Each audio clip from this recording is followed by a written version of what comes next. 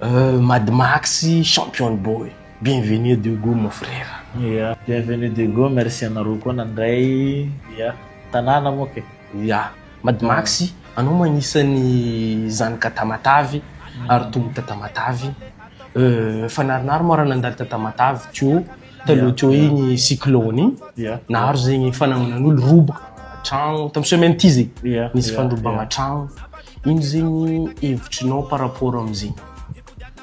Hevitsinakahy tsy mankasitraka fa kory atao miara-mombogna alahelo am'le fianakaviagna vaky tragno namagna havagna vaky tragno an-tanàgna.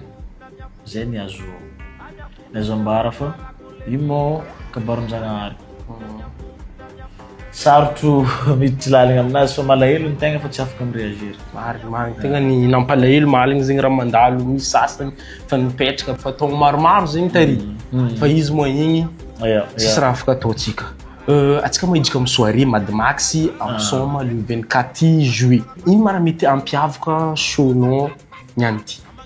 Comme d'hab tsisy raha miavaka fa mahay milombolombo teo. Antsika miaraka misabadidika misamaritika jiaby. Alatsika ovoko ndraiky mangorohoro jiaby. Ke ino afitranao faramparany amin'ny vahoakan'ny Diego Suarez? Ya Diego Suarez tsary niova e. Dikan'izay ny finoantsika le 9 sariva.